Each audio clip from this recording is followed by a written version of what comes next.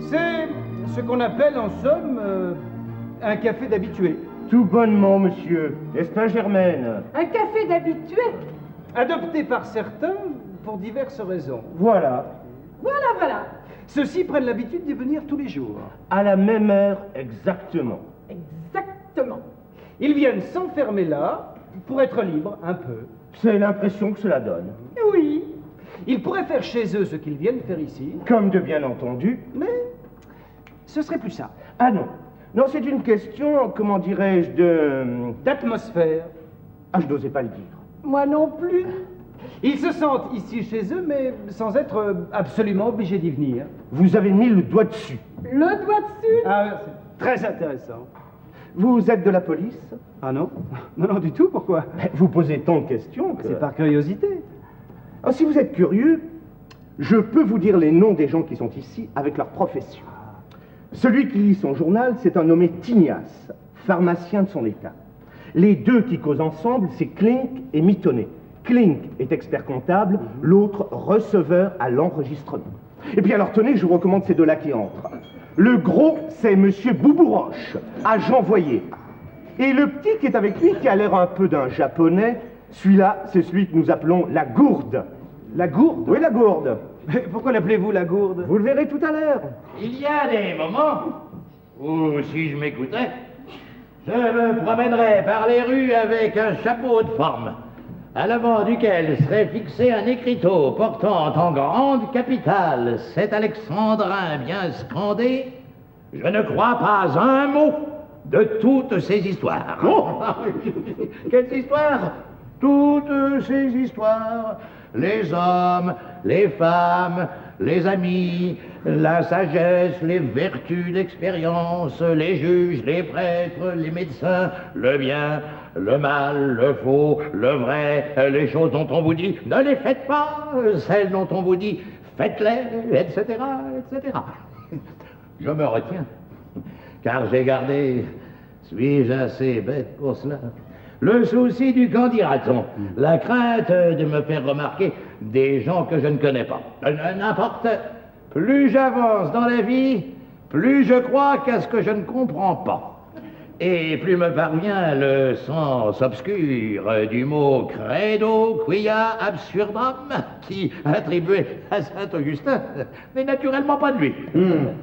Bonjour, monsieur Klink. Bonjour, monsieur Courteline. Monsieur Mitonnet, j'ai l'honneur de vous saluer. Monsieur Courteline, je vous rends mes devoirs. Monsieur Tignas, je suis votre valet, monsieur, de tout mon cœur. Et moi, je suis monsieur, votre humble serviteur. Garçon, deux moches. Et de quoi écrire? Tout de suite, monsieur. Vous voilà déjà renseigné. Alors, toujours de quoi écrire, monsieur Courteline? Je ne m'en guéris pas, monsieur Tignas. J'allais commencer une pièce. Une nouvelle, un conte, ou peut-être, mieux encore, une comédie, dont le sujet, figurez-vous, me trotte par la tête depuis plus de 20 ans. Ah, depuis plus de 20 ans? Ah non, soyez pas surpris. Il m'arrive souvent de conserver en moi pendant des semaines, des mois, des idées, des sujets, aventures que j'imagine, que j'aime à raconter comme si elles m'étaient réellement advenues, que je raconte à tout venant, et qui se font ainsi, se perfectionnent à la longue, et qu'enfin je mets sur papier quand elles me paraissent au point. Celle-ci... De là, approchez, monsieur Tignas, venez, monsieur Klink, vous aussi, monsieur Mitonnet, approchez donc. Celle-ci, je la promène avec moi depuis bientôt 20 ans, mais pour d'autres raisons encore. Figurez-vous qu'il y a une vingtaine d'années, j'ai longtemps berné l'indulgente patience de mon maître et ami Catulle Mendès, en refusant de lui révéler mon adresse. Sous prétexte qu'elle était sortie de ma mémoire et n'y était jamais rentrée. Non, et chaque fois qu'il lui arrivait de me demander « Où habitez-vous » je lui répondais « Je ne sais pas. » Vous ne savez pas où vous habitez, je l'ai su, mais je l'ai oublié. Non, mais cependant, voyons, où rentrez-vous le soir? Je répondais « Chez moi. » Mais où est-ce chez vous? Je l'ai oublié. Cette histoire avait toutes les apparences d'une scie. Or, en voici l'explication. Catulle, en ce temps-là, avait pour camarade une petite gamine nommée Jacotte. Elle demeurait 6 places d'Anvers. Et moi aussi. Ce que je suis en train de vous raconter là, messieurs, excusez-moi, si j'en profite pour l'écrire. Je disais donc, Jacotte, 6 places d'Anvers, et moi aussi. Jacotte habitait au 4e étage, où j'habitais également.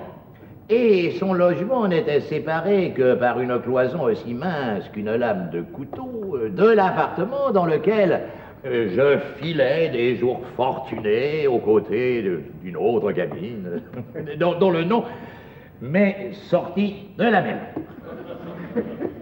Et grands amateurs de bière, nous avions pris l'habitude, Jacotte, Catulle et moi, d'en aller boire tous les soirs quelques bocs au cul de bouteille. Carrefour Châteaudun. Lorsque, vers 2 heures du matin, on nous chassait de ce café, mon grand ami Catulle et moi, lui, par la montée de la rue des Martyrs, avec Jacotte à son bras. Et moi, par le biais de la rue Rodier, nous regagnions notre commun domicile, où j'arrivais régulièrement avec 5 minutes d'avance. Puis, c'était la rentrée de Jacotte et de Catulle. C'était la scène du coucher. Scène dont la cloison mitoyenne permettait aux échos de filtrer, à savoir lancer de chaussures d'un bout à l'autre de la pièce par le vide des libres espaces. Rire mutuel, soupir réciproque, silence interminable et inquiétant, coupé de claques retentissantes sonnées sur un derrière de femme.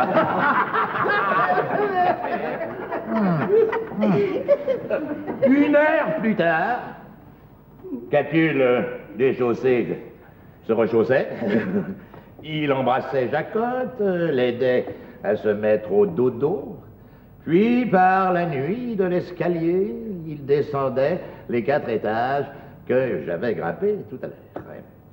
Cependant, qu'à la minute même, d'autres rires succédaient aux siens, et qu'à travers le mince obstacle de la cloison s'élevait distinctement une voix. Une voix qui n'était pas la sienne, mais bien celle d'un 2e larron jailli de quelque armoire où elle s'était tenue silencieux et caché jusqu'à ce que le départ du principal intéressé lui permit de passer à d'autres exercices. Mais cette comédie dura des mois, sans que le moindre fâcheux hasard en eût interrompu les représentations gênées, en quoi que ce fût le succès. Et c'est ce soir, 20 ans plus tard, alors que Catulle Mendès et moi nous évoquions des souvenirs de naguère, que les bâtons rompus de la causerie m'amenèrent à lui révéler les détails de sa mésaventure de jadis. Il s'en égaya. S'étonna que l'homme fût la dupe de la femme Toujours plus qu'il ne le pensait. Et s'écria tout à coup, « Ah, mais je comprends à présent pourquoi vous ne vouliez pas que je sache votre adresse. » Et puis, il ajouta, « Certes, je ne vous en veux pas. Mais, Courteline, il est une chose que je ne vous pardonnerai jamais. C'est de laisser perdre un pareil sujet. Roman, comédie, je ne sais pas, c'est à vous de voir cela, mais veuillez dès ce soir vous mettre à la besogne. Eh bien, messieurs, je viens de m'y mettre. Je commence le premier acte. Là, il se passe dans un café, pareil à celui-ci. 4 personnages sont en scène, au lever du rideau, et ils vous ressemblent étrangement, je tiens à vous le dire, messieurs. Et quant à vous, monsieur Boubouroche, je ne vous en dis pas davantage, mais comme il me faut bien transposer un peu les choses afin de respecter l'optique du théâtre, je me propose de vous faire une petite surprise. Donnez-moi 10 minutes et je vous en lis la première scène avant que nous ne nous attaquions à notre chère petite manille quotidienne.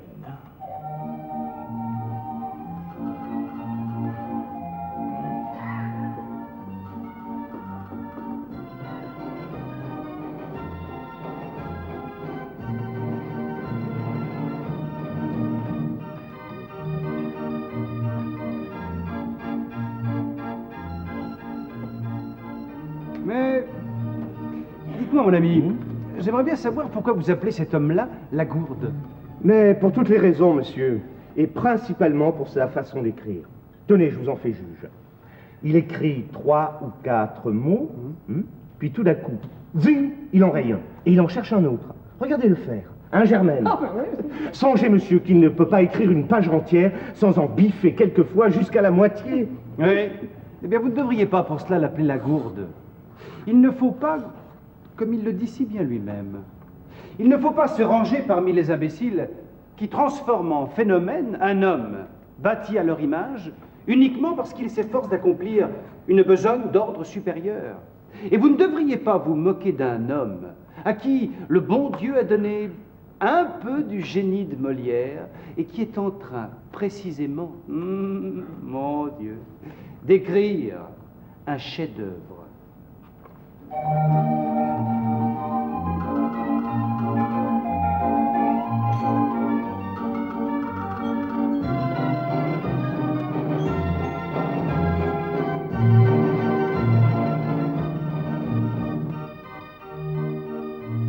C'est pour la paix que mon marteau travaille, loin d'être combat, je vis en liberté.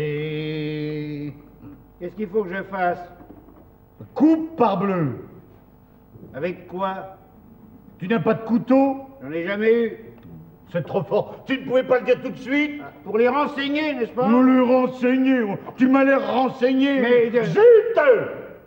On ne joue pas la manille comme ça. je joue comme je peux. Alors laisse-moi conduire. C'est curieux aussi ce parti pris de vouloir toujours et quand même conduire la manille parlée. Comme s'il était donné à tout le monde de conduire la manille parlée. Regarde, Roth et Fouettard, ils se fichent de toi, hein? C'est malin et ça nous coûte une levée. Enfin, qu'est-ce que je fais? Des sottises. Je te demande ce que je dois faire. Me laisser conduire seul. J'ai de la peine à me faire comprendre. Que dois-je mettre? Où ça? Sur le pli. Ah bon, mais une crotte de chien. Un cheval, Un bœuf, un éléphant. et que Pour moi. 4 et 4, 8 et 5, 13, et 5, 18 et 1, 19 et 1, 20, et 6, 26, et 4, 30, et 1, 31, et 4, 35, et 1, 36, et 4, 40, 40 et 16, 56. C'est bien ça, 22 pour nous. Marc Potas. 22 pour les invités. À qui de faire? Ta Fouettard. Où diable est mon tabac? Rien. Mon tabac! Ah, le voici, Je l'avais mis dans ma poche. C'est simple distraction. Ouais.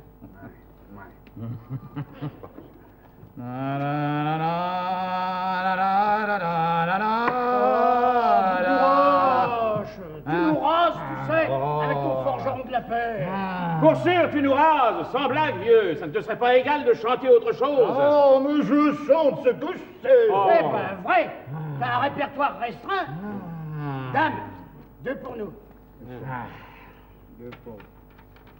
Causons peu, mais causons bien. Comment es-tu de la maison? Ma part. Par le roi? Oui. Des coupes? 2222. Attends. T'as de la manille? Non, mais j'ai 2 manillons noirs. Qu'est-ce qui te demande ça? Ben, tu me questionnes. Mais ce n'est pas vrai. Comment c'est pas vrai? Non. Mais si. Non. A-t-on idée d'un entêtement pareil? Tu ne sais pas la conduire, je te dis. Tu ne sais pas la conduire, la manille parlée. Tu la conduis comme une charrette à bras. Comme une soupière. Comme un tire-botte. Depuis des années, je te le répète seulement, voilà. L'orgueil, l'éternel orgueil, le besoin de brayer et d'étonner le monde par des mérites que l'on n'a pas. Faire le malin et l'entendu. En voilà assez. Amédée, Monsieur, Un quoi? mon paletot, mon chapeau. Ben voyons. Toi, fiche-nous la paix. petit bête. Pas toi. Papa, tu ne vas pas te fâcher. Ça suffit comme ça. Oh, t'es là, tu t'emballes. Viens donc jouer. Je ne joue plus. Pourquoi? Je passe ma vie à me faire engueuler.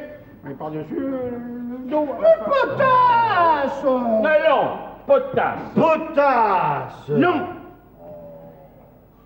Mais reprends tes cartes, potasse. Je te demande pardon. Là, Je te fais mes excuses. t'entends? Tu sais bien que pas un instant l'idée ne m'est venue de te blesser par des paroles désobligeantes. Nous sommes des amis, que diable, Oublie un moment d'erreur et reprends donc tes cartes, potasse. Que veux-tu? C'est plus fort que moi. Quand je joue la manille parlée, je ne me connais plus. Donc, tu as 2 carreaux, 2 cœurs, le manillon de trèfle deuxième et 2 piques par le manillon. Oui, C'est bien ton jeu. oui. Bon, cache-le.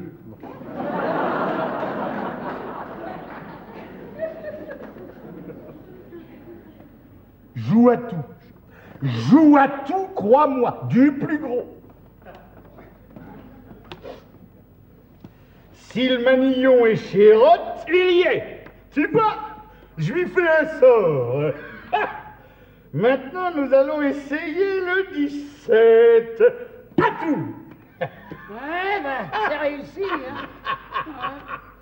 Attention à la manœuvre. C'est pour la paix que mon marteau travaille. Loin des combats. Non, laissez. Vous gênez mon inspiration. Ils font la manille de trèfle, on ne peut pas les en empêcher. Écoute, je vais jouer pique pour toi. Oui. Bon, tu prendras de ton manillon et tu renverras petit pique. Compris. À tout. Au point, hein. Tu parles. Pique bête. Cœur. Je me défonce. D'un cheval. Fais voir ton jeu. Mets ton manillon de trèfle. Trèfle pour toi, trèfle pour moi. Et cœur. 27 pour nous, 22 à la marque. Vous êtes dans le là. Oui, ça y ressemble. Encore une? Ah non, il est trop tard. Oh, bah le dernier. Alors, on voit bien que tu as dîné, toi. Ah non, il est trop tard, réellement. Amédée, quelle heure est-il? 9h moins 20, monsieur Fouettard. 9h moins 20. Moi qui croyais qu'il était 7h30. J'ai promis à ma femme de l'emmener au cinématographe. Et moi qui ai du monde à dîner, on doit être en train de me chercher à la morgue. Ah, nous allons être bien reçus. Ah oui, ça va pas être ordinaire. Amédée, Yes. Amédée, combien ça fait tout ça 4 francs 20, monsieur. 4 francs 20 2 francs 10 chacun. Eh, 2 francs 10, 2 francs 10. c'est cela même. 2 francs 10. Au fait, Boubouroche, est-ce que je ne te dois pas 8 francs? C'est possible, oui. C'est possible, c'est sûr. Ça ne presse pas, en tout cas. Vraiment? Mais non. Alors oblige-moi donc à payer mes soucoupes, nous compterons à la fin du mois. Avec plaisir. Merci. À demain, hein. À demain. Pardon aussi pour moi, veux-tu je suis sorti sans jardin, figure-toi.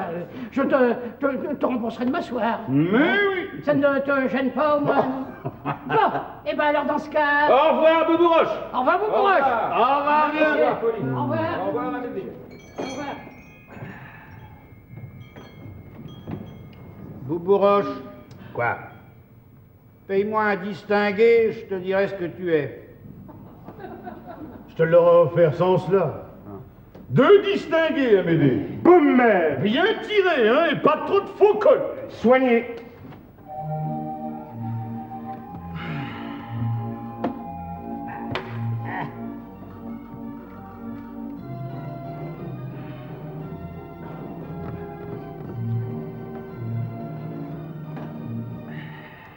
C'est pour la paix que mon marteau travaille, loin des caves, je vis en liberté.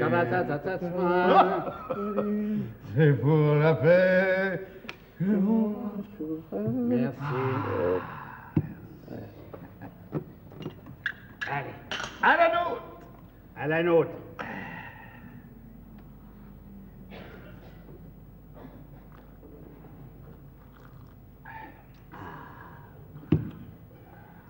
Eh bien, qu'est-ce que je suis?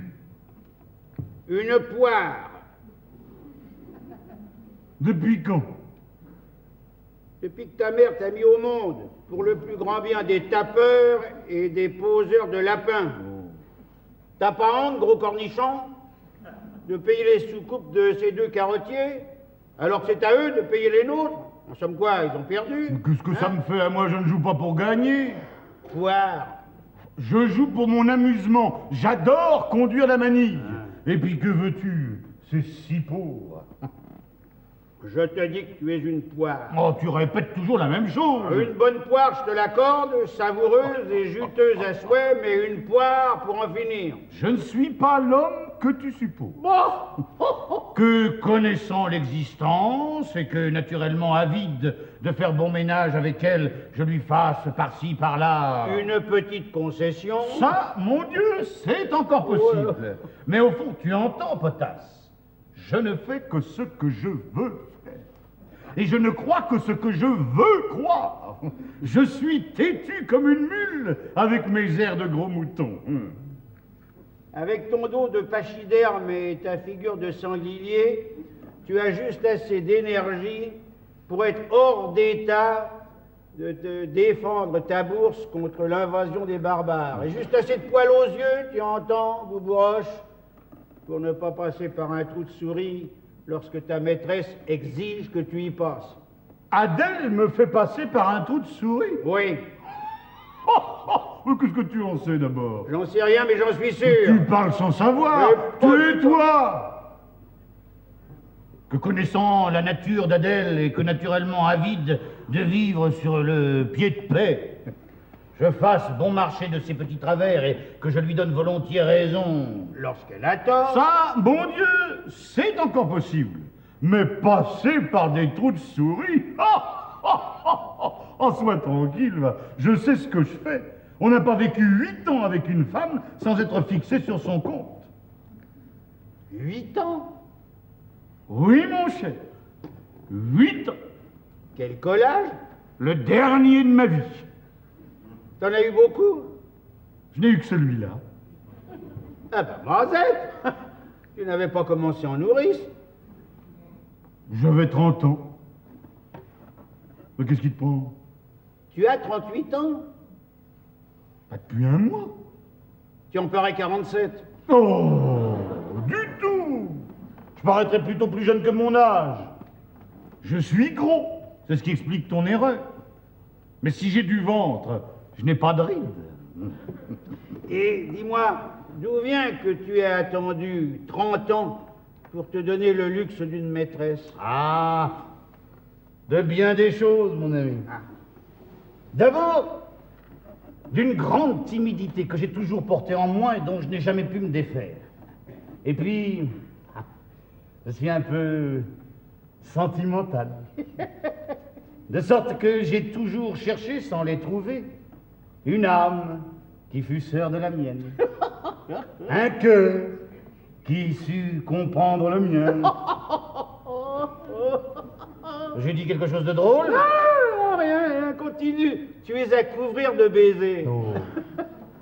Je rencontrai Adèle dans une maison amie où elle avait l'habitude de venir le dimanche soir pour prendre le thé et faire la causette. Elle avait alors 24 ans. Et ce charme indéfinissable qu'ont les blondes, très blondes, en deuil. Elle était veuve? De 6 mois. Elle me plut. Mais elle me plut. 1000 fois plus que je ne saurais le dire. Sa distinction surtout me charmait. Tu sais, cette allure d'honnête femme à laquelle un homme ne se trompe pas. Ah, tu as l'œil américain.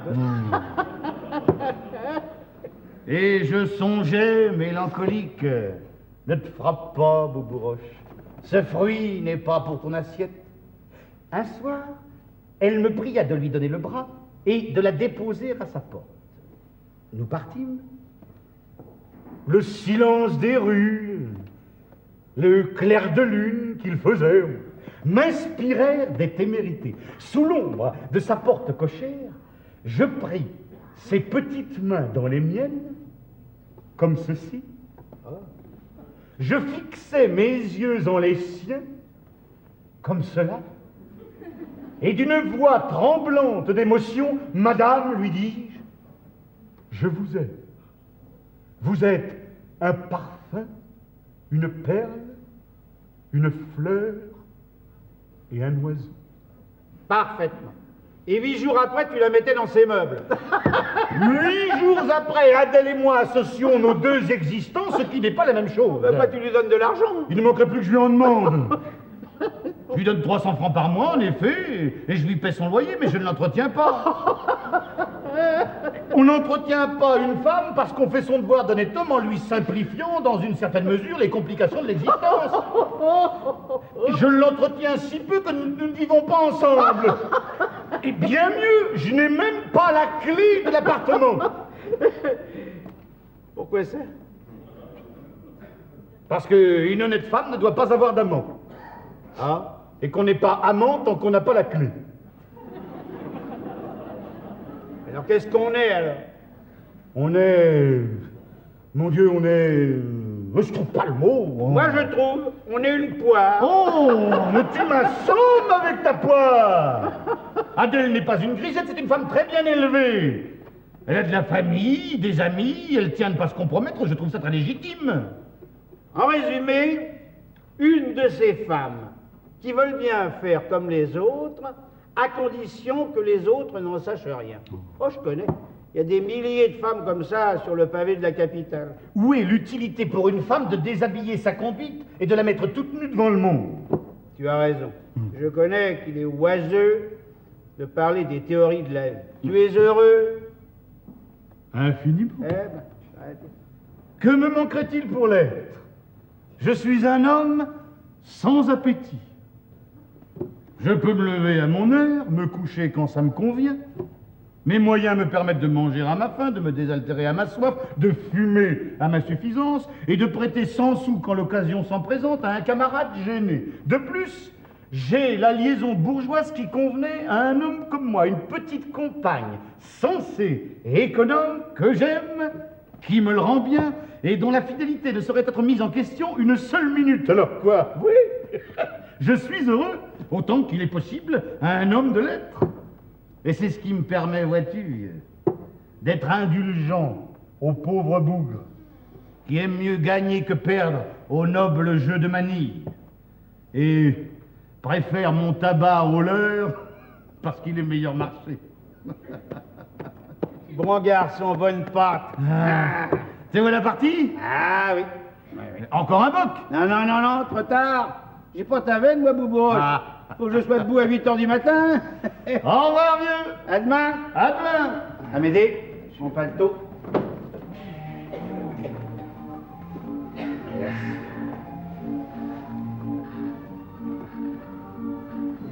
Au revoir, Germaine.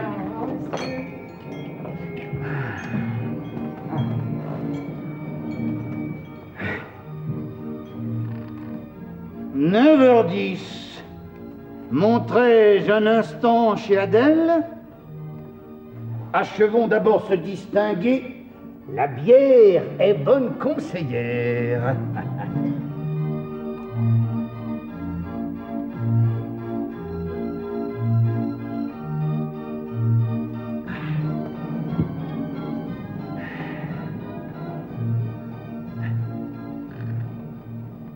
Je vous demande pardon, monsieur. Vous êtes bien, monsieur Boubouroche?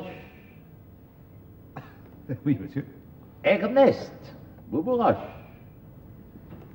Ernest Boubouroche, parfaitement. C'est bien vous qui avez pour maîtresse, boulevard Magenta, 11 bis, au 4e sur la rue, une personne appelée Adèle. Mais... Répondez franchement, oui ou non, je vous dirai pourquoi après. Soit. Il est exact que cette dame est... mon amie. C'est tout ce que je voulais savoir. Eh bien, monsieur, elle vous trompe. Elle me... Asseyez-vous, monsieur. Vous voulez vous prendre un distingué? Si fait, deux distingués, Amélie. Boum! Expliquez-vous, monsieur, je vous prie. Combien je suis fâché, monsieur, d'avoir à vous gâter aussi complètement que je vais avoir l'honneur de le faire, les illusions où vous vous complaisez. La sympathie que vous m'inspirez me rend singulièrement difficile la mission vile en apparence. En réalité, profondément charitable, philanthropique et fraternelle, dont j'ai fait dessein de m'acquitter. Mais quoi, je suis ainsi bâti. J'estime qu'on ne saurait, sans crime, sacrifier la dignité d'un honnête homme à la fourberie d'une petite farceuse qui lui carotte son argent, lui gâte par d'injustes querelles le peu de jeunesse qui lui reste et se fiche outrageusement de lui, si j'ose parler un tel langage. Cette histoire qui est, hélas, celle de tant d'autres, est la vôtre. Mon cher monsieur, vous êtes cocu. À votre santé. Elle est fraîche.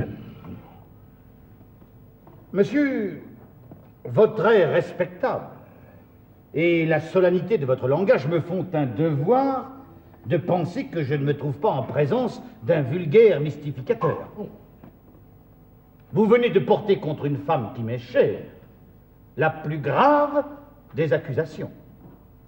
Il vous reste à la justifier. Monsieur, nous ne vivons plus au temps qu'a illustré la tour de Nesle, où les murs étouffaient les cris. Les siècles ont marché, les hommes ont produit. À cette heure, nous habitons des immeubles bâtis de plâtre et de papier mâché. L'écho des petits scandales d'au-dessous, d'au-dessus, d'un côté, en suinte à travers les murailles, ni plus ni moins qu'à travers de simples gilets de flanelle.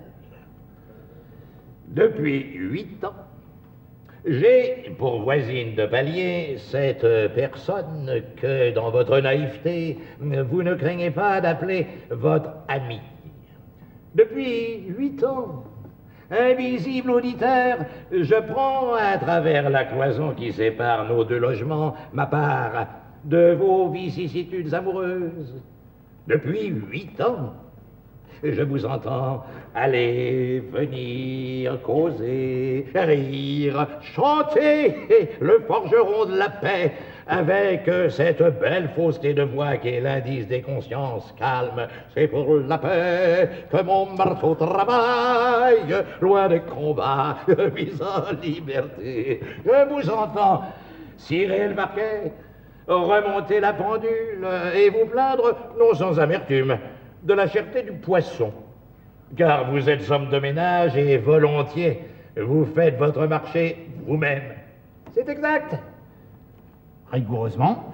Et depuis 8 ans, je m'associe à vos joies et à vos misères, compatissant à celle-ci, applaudissant à celle-là, admirant votre humeur égale dans la bonne comme dans la mauvaise fortune, et l'infinie grandeur d'âme qui vous pousse à ne pas caloter votre amie chaque fois qu'elle l'a mérité. Eh bien, monsieur, ici, je réclame de vous un redoublement d'attention. De ces 8 ans, pas un jour ne s'est écoulé qu'il n'ait été pour votre ami l'occasion d'une petite canaillerie nouvelle. Pas un soir, vous ne vous êtes couché qu'excellemment jobardé et cocufié, comme il convient. Pas une fois vous ne franchîtes le seuil de l'humble logement payé de vos écus où s'abritent vos plus chers espoirs. Un homme, vous m'entendez bien, n'y fut caché. Un homme? Un homme. Quel homme? Un homme dont j'entends la voix quand vous n'êtes pas arrivé et les rires quand vous êtes parti. Ça vous coupe le madillon, hein? Oh, Watson. Oui, oh, what? Vous ne savez pas ce que vous dites. Je connais Adèle mieux que vous. Elle était capable de me trahir. Voulez-vous me permettre de vous dire que c'est vous qui parlez sans savoir? Vous n'avez même pas la clé de l'appartement. Loulou, je n'ai pas la clé de l'appartement, mais qu'est-ce que cela prouve? Voilà plus de 1000 fois que je suis tombé chez Adèle à n'importe quelle heure du jour. Et du diable, si au grand jamais, elle a mis plus de 6 secondes à me venir ouvrir la porte. Vous êtes une poire, mon cher. Voilà mon opinion. Qu'Adèle ait ses côtés embêtants, je ne dis pas. Mais quant à être une honnête femme, ça ne fait pas l'ombre d'un doute. C'est une petite gueuse. De distinguer, Amélie. Me tromper, Adèle, hein? Je voudrais bien savoir pourquoi elle me tromperait. Pour de l'argent? Elle se moque de l'argent comme de sa première chemise. Elle vivrait de pain et de lait. Et elle achète ses jartelles 38 sous au Louvre. Pour le plaisir. La pauvre enfant. Elle n'a pas plus de sens qu'un panier à bouteilles. Oh, homme, enfant aveugle et 14 fois sourd. Pas de sens. Mais mon cher monsieur, c'est vous qui n'en avez pas.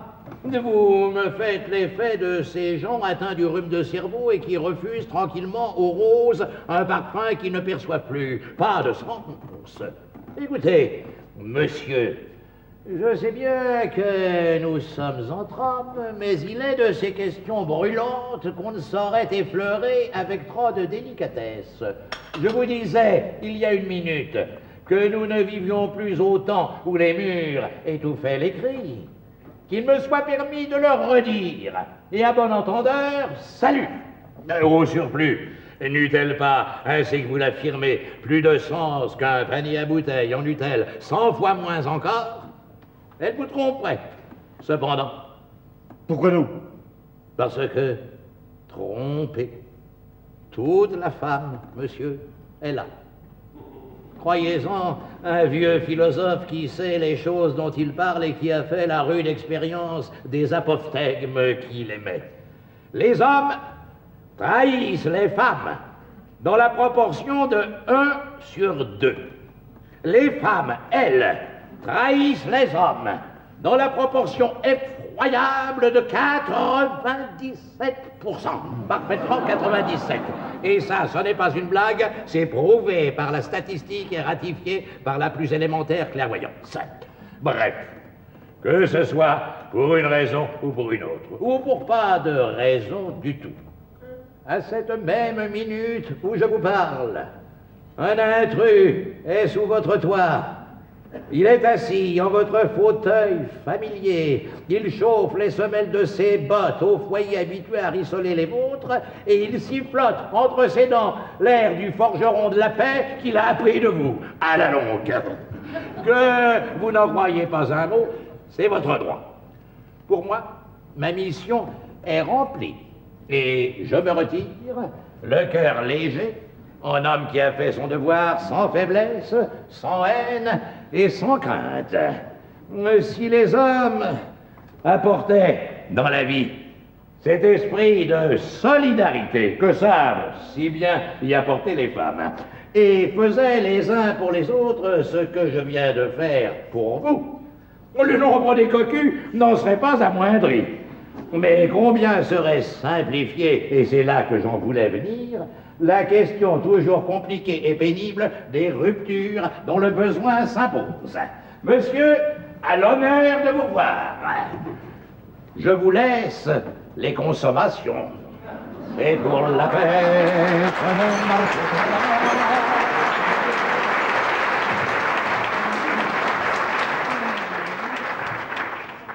Nous d'attendons. Boum! Monsieur Désir? Vous m'embêtez, rien du tout.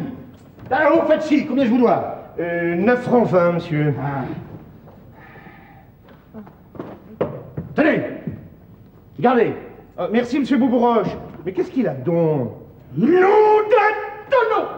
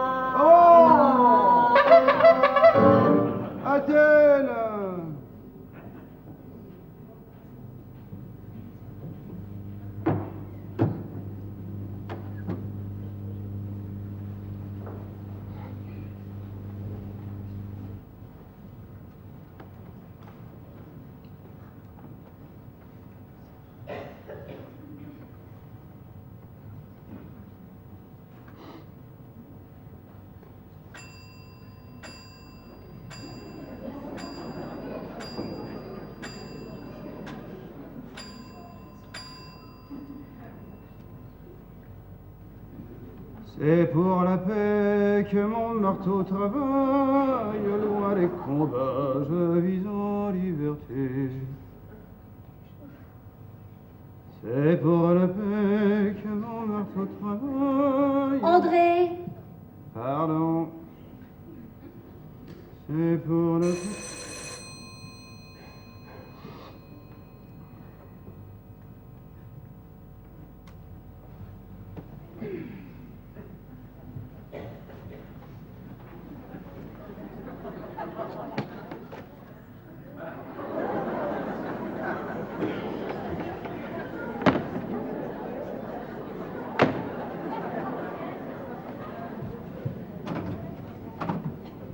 Mademoiselle Tambour. C'est au-dessus! Merci.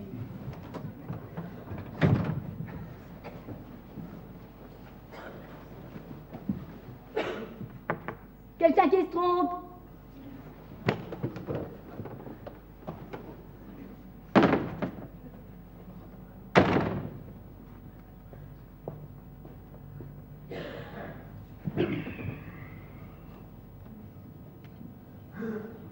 C'est pour la paix que mon marteau travaille, loin des combats. André, Pardon. Écoute.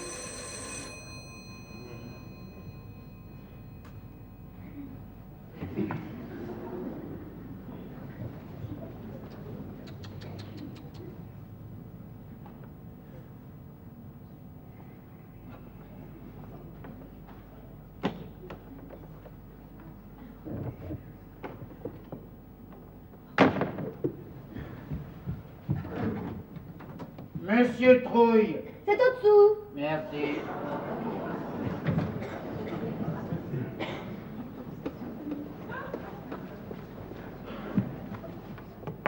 Quelqu'un qui se trompe? Encore?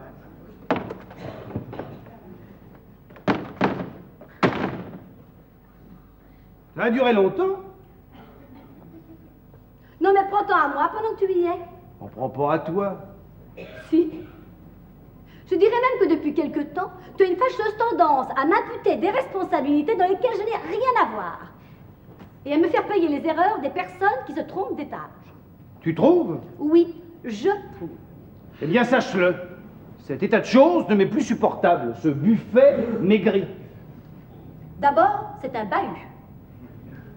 C'est juste. Je te fais mes excuses. Et puis toi aussi, sache-le. Tu es profondément injuste. Et avec moi qui fais des miracles, tu le sais bien, pour écourter autant que possible tes heures de captivité, et avec lui, qui t'offre une hospitalité relativement confortable. En somme, quoi? Tu aimes la lumière dans ce bahut. Une chaise pour t'asseoir, une table pour y lire. Qu'est-ce qu'il te faut de plus? Une pièce d'eau. Oh! Que voilà bien les exigences des hommes. Voilà donc bien surtout les exagérations des femmes. Il ne s'agit pas de pièces d'eau. Ça dit seulement que mes parents ne m'ont pas donné la vie pour que je la passe dans un bahut. Sois sincère, voyons, est-ce vrai? Autre chose. S'il est déplorable au point de vue de la commodité, ce meuble est excellent au point de vue de l'acoustique. Si bien. C'est bien. Que le silence de ma solitude y est de temps en temps troublé par des échos fort importuns dont je me passerai, je te prie de le croire, le plus facilement du monde. Je t'aime, après tout. Mon pauvre chat. Ah, le buffet de la salle à manger n'avait pas cet inconvénient. Non, mais il y en avait un autre. J'en sortais imprégné d'odeurs de nourriture qui se cramponnaient à ma personne avec une ténacité au-dessus de tout éloge.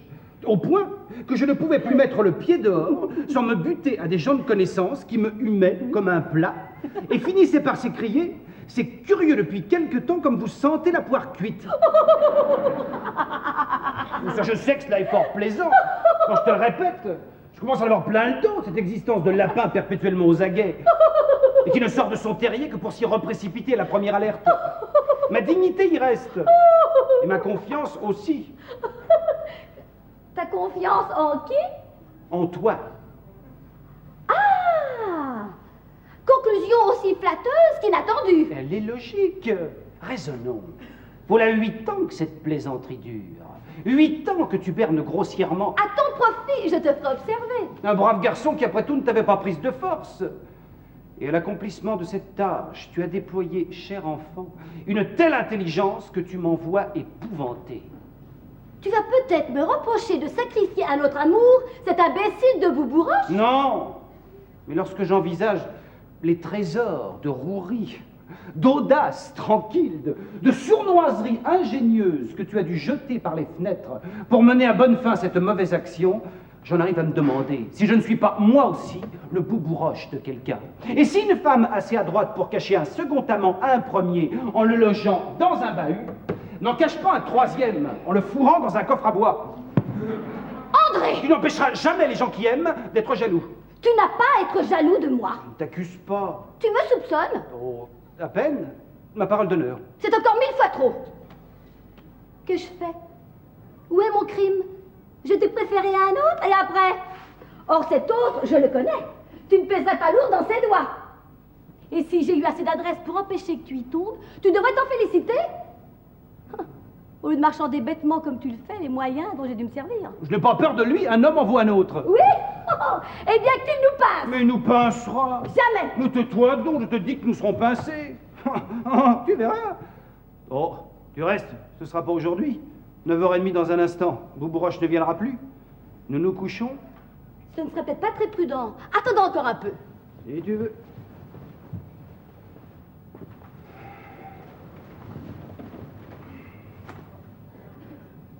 C'est pour la paix que mon marteau travaille, loin des combats, je vis en liberté. André! Pardon. Zut! Cette fois, c'est lui.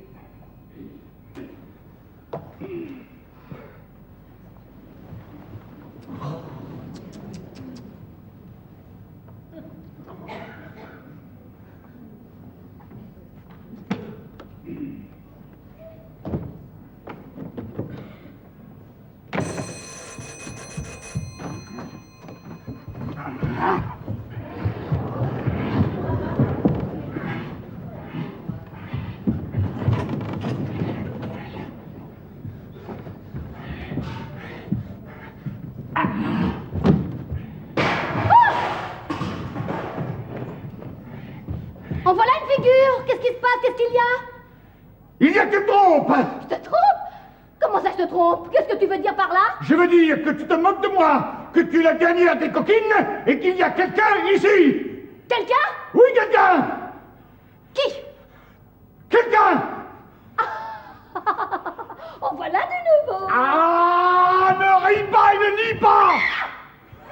Tu perdrais ton temps et ta peine!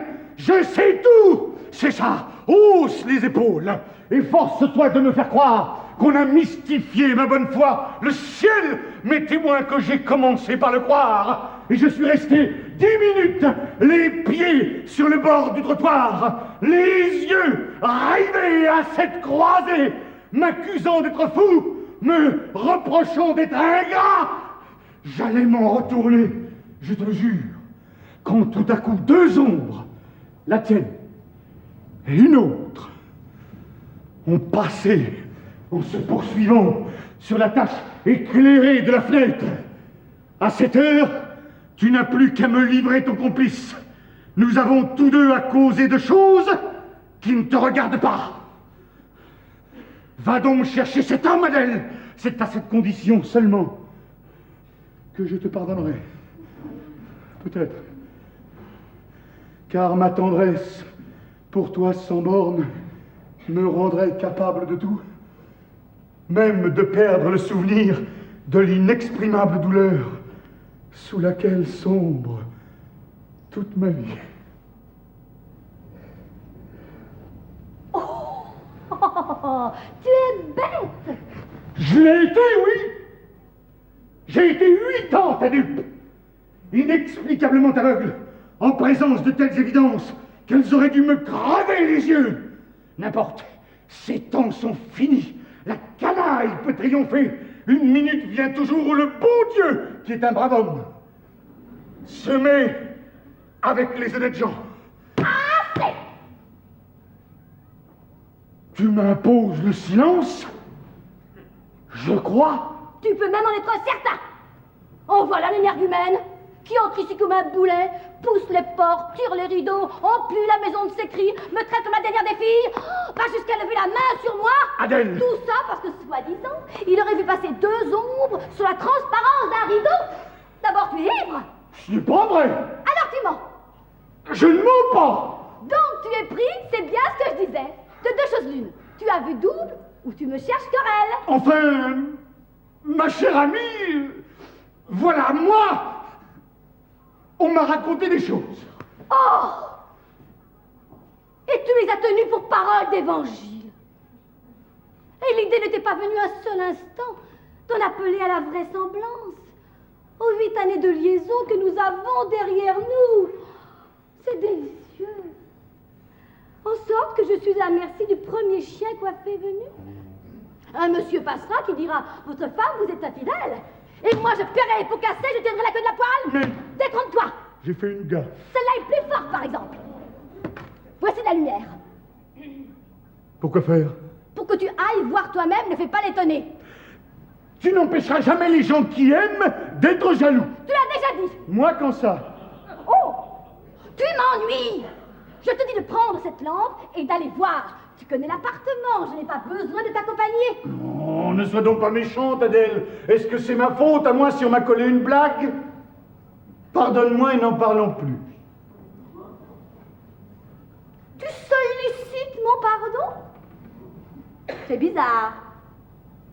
Ce n'est donc plus à moi de mériter le tien par mon repentir et par ma bonne conduite? Bah toujours, nous verrons plus tard.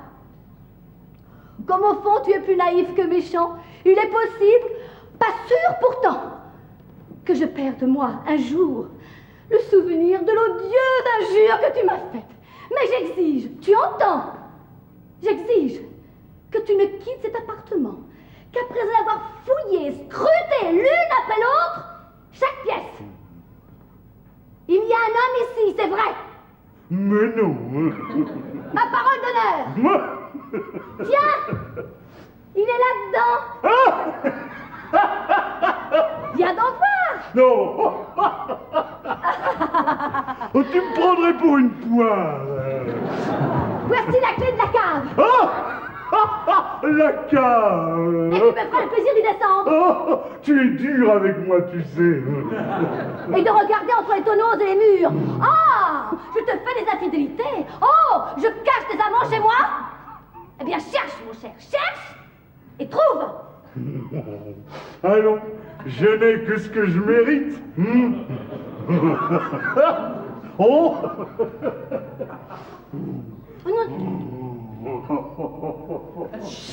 Tiens, oh. Allons bon. Oh, voilà une autre histoire. Tu as des allumettes, Adèle? Oui, là.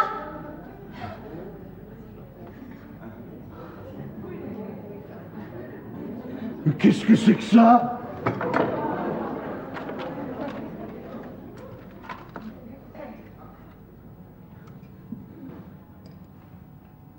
De la lumière?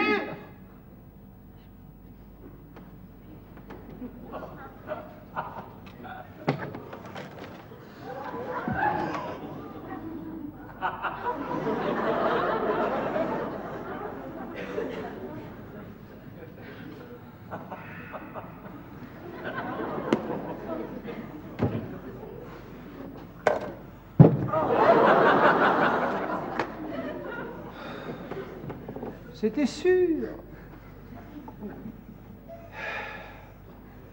Je l'avais prédit. Enfin. Un peu plus tôt ou un peu plus tard. Je me tiens à vos ordres, monsieur. C'est ma carte. Veuillez me faire l'honneur de la prendre.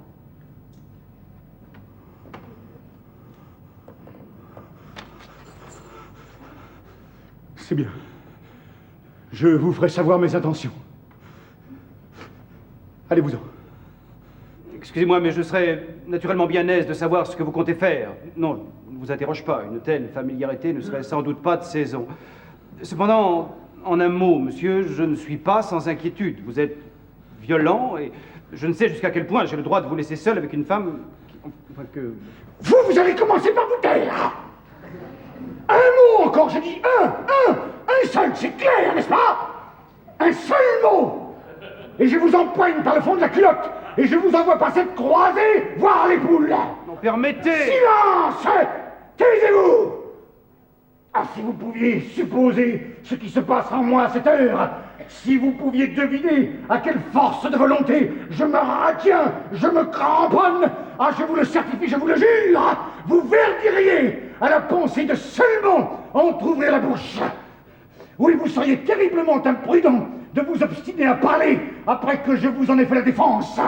Et c'est un bonheur pour nous deux, un grand bonheur, quand je me connaisse. Allez-vous-en. Voilà tout ce que j'ai à vous dire. Je suis un homme très malheureux et dont il ne faut pas exaspérer le chagrin.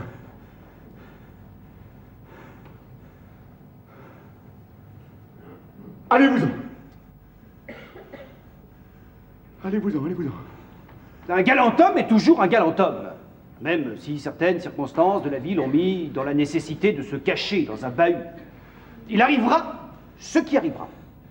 Mais je quitterai cette maison lorsque j'aurai reçu de vous l'assurance que vous ne toucherez pas un seul cheveu de la personne qui est là. Je vous en demande votre parole d'honneur, et c'est le moindre de mes devoirs.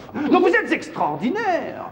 Vous me permettrez de vous le dire, avec vos airs de me mettre à la porte d'une maison qui n'est pas la vôtre. Et si je veux bien me rendre à vos ordres, eu égard à l'état d'exaltation qui est le vôtre, vous ne sauriez moins faire, convenez-en, que de céder à ma prière. Non, je vais faire un malheur. Faites-le.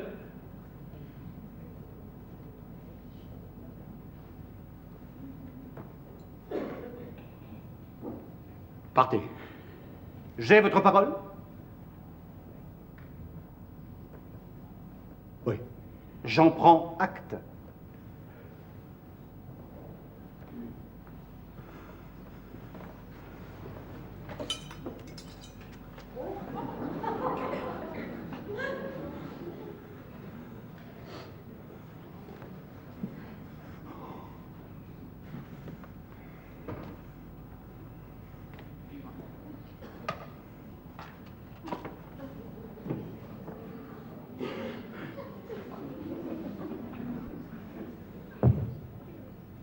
Les allumettes. Ah.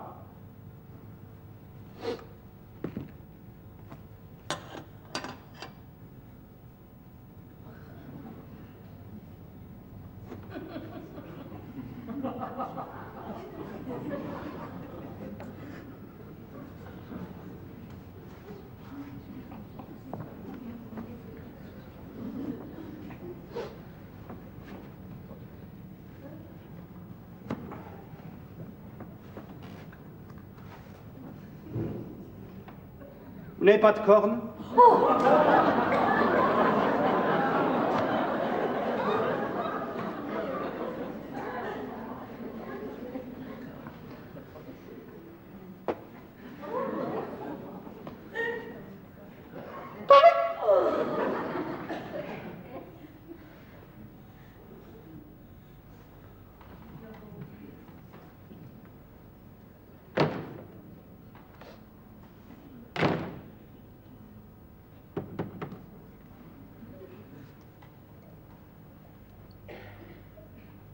Madame.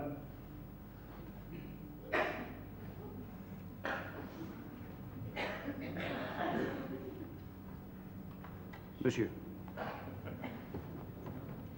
Oh.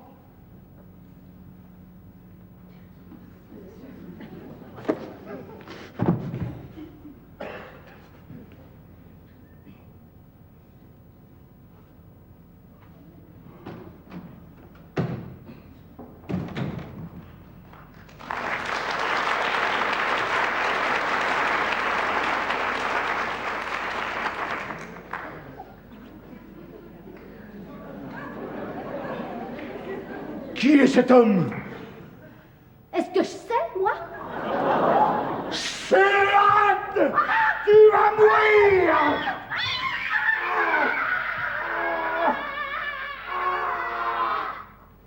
Ah, je ne peux pas, mon Dieu, je ne peux pas.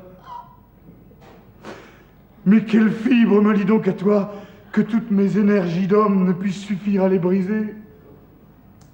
Que ma soif de vengeance désarme devant la peur de te faire du mal, et que je ne trouve que des pleurs où je devrais ne trouver que des colères. Pourquoi tu fais cela? Oh, je sais bien, je suis ni bien beau, ni bien riche, mais j'avais tant fait pour faire oublier ces petits torts. Tu étais dans mon cœur comme dans un nid. J'étais dans tes petites mains un jouet. Tu avais l'air d'être contente. Alors quoi? Je ne comprends plus. Pourquoi? Parle! Pourquoi?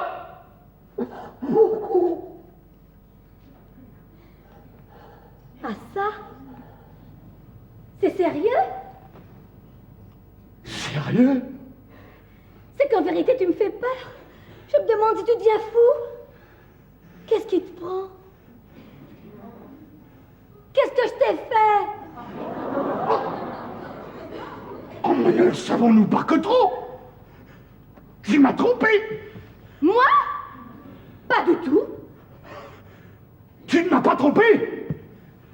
Jamais. Et cet homme, misérable menteuse, cet homme... Je ne puis te répondre. Et pourquoi non? Parce que c'est un secret de famille et que je ne puis pas le révéler. Oh, ça par exemple! Tu ne me crois pas? Tu as raison, j'en ferai autant à ta place. Adieu. Où vas-tu? Nulle part, il faut nous quitter, voilà tout. Tu n'espères cependant pas que sur la foi d'une simple assurance? Oh, je n'espère pas, en effet. Encore que je pourrais te trouver d'un scepticisme un peu outré à l'égard d'une femme qui était 8 ans la compagne de ton existence et ne crois pas avoir jamais rien fait qui puisse te donner le droit de suspecter sa parole. Ça ne fait rien. Les apparences sont contre moi. Je ne saurais t'en vouloir de la faiblesse d'âme qui te pousse à t'en remettre à elle, en aveugle. Si tu ne l'avais, tu ne serais pas homme. C'est possible.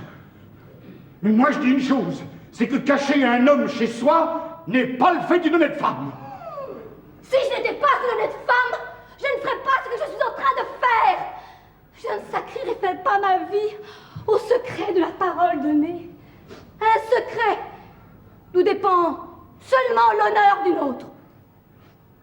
Inutile de discuter. Nous ne nous entendrons jamais.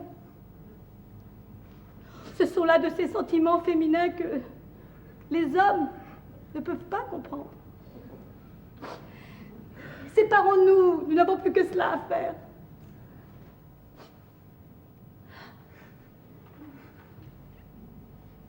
Je ne te demande pas de m'embrasser, mais je voudrais que tu me donnes la main.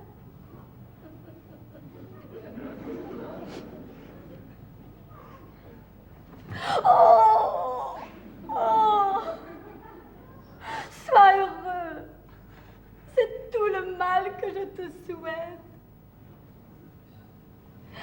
Pardonne-moi celui que j'ai pu te faire.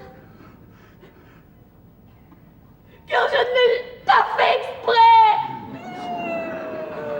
Oh, je sais bien, tu n'es ni méchante, ni vicieuse. Oh non. Oh. Nous aurons goûté de grandes joies. Laisse-moi croire que tu n'en perdras pas tout souvenir en franchissant le seuil de cette porte.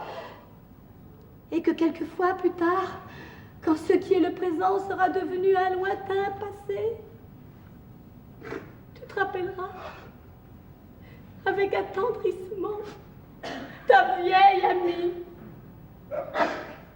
que tu auras laissée seule.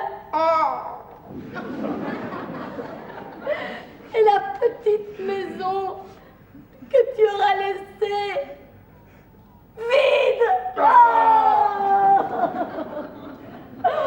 Oh, quand elle se met au large, la vie, elle l'est bien. Oh. Adèle! Oh.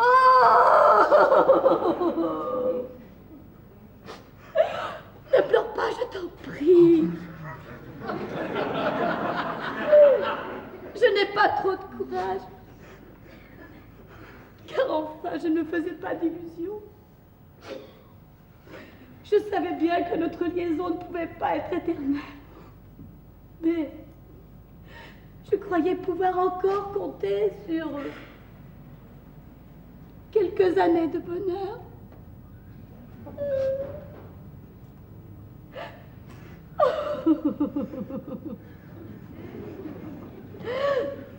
Jure de ne plus recommencer au moins. Je t'ai dit que ma tendresse pour toi pouvait compter jusqu'au pardon. Je sais combien tu es bon te sais gré de ton indulgence. Mais je n'ai pas accepté le pardon d'une faute que je n'ai pas commise. Et puis à quoi bon? Pourquoi faire?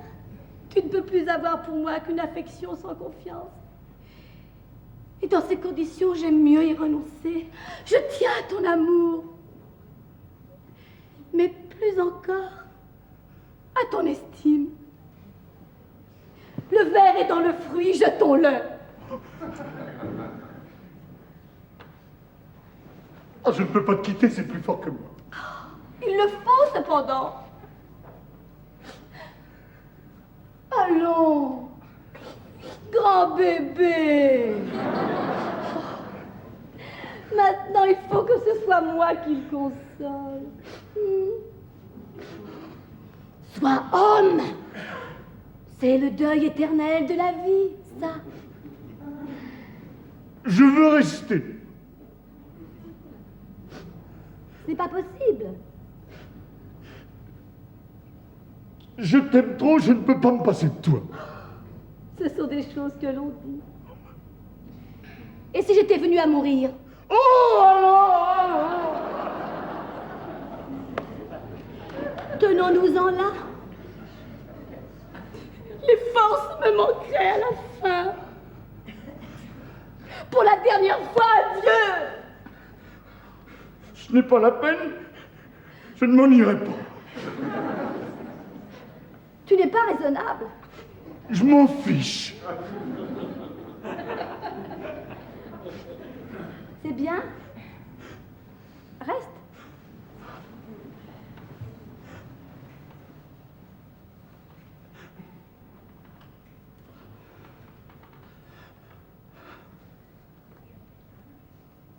Alors, tu me pardonnes?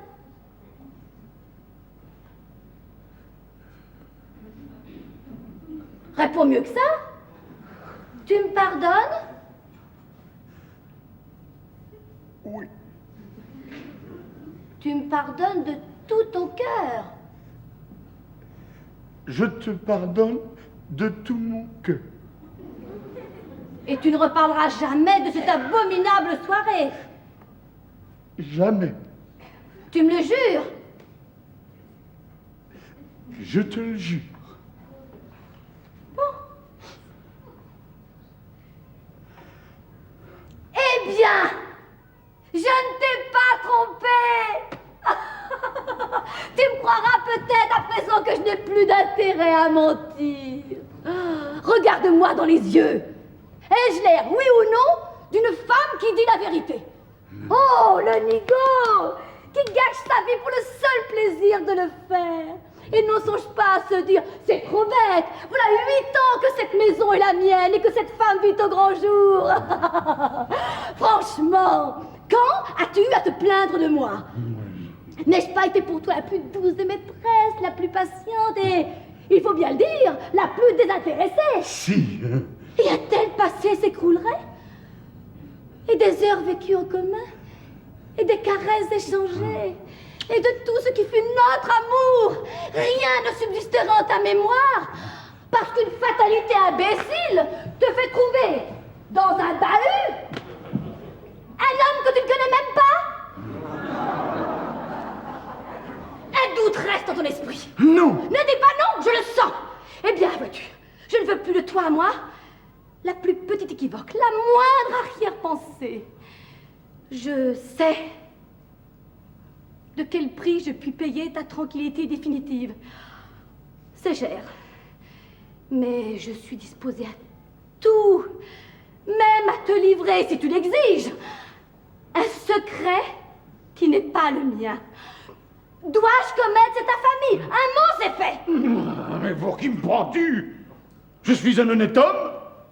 Les affaires des autres ne me regardent pas.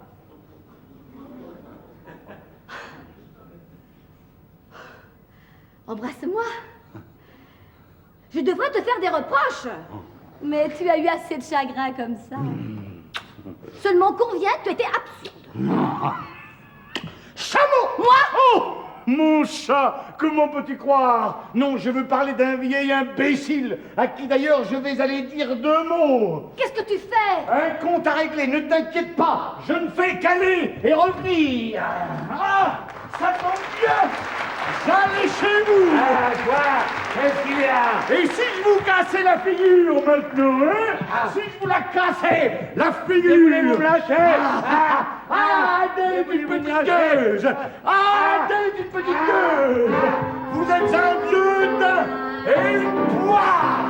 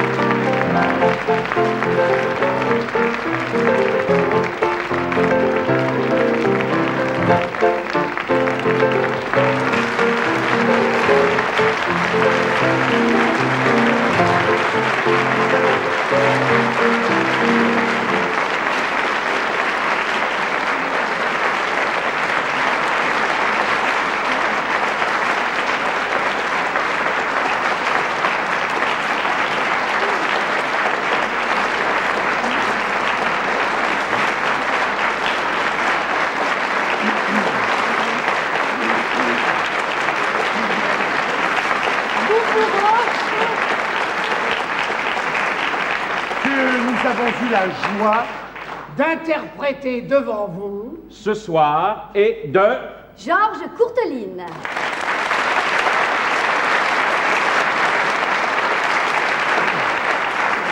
le petit acte qui l'a précédé Intitulé Courteline au travail. est de monsieur Sacha Guitry.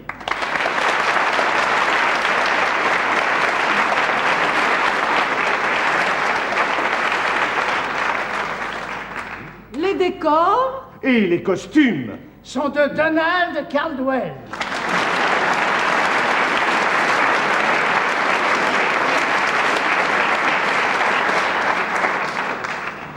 la mise en scène est de Robert Manuel.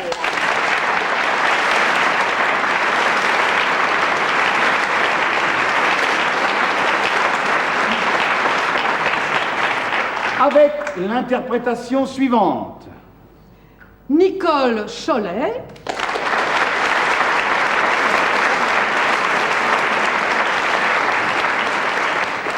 Alain Fèvre.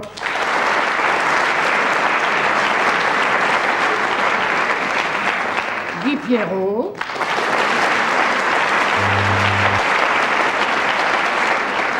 Georges Montillier,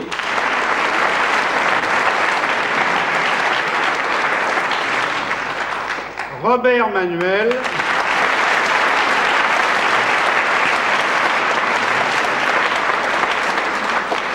François Mestre.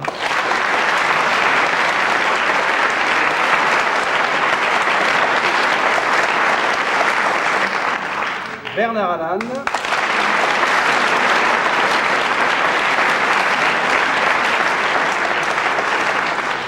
Gérard Caillot.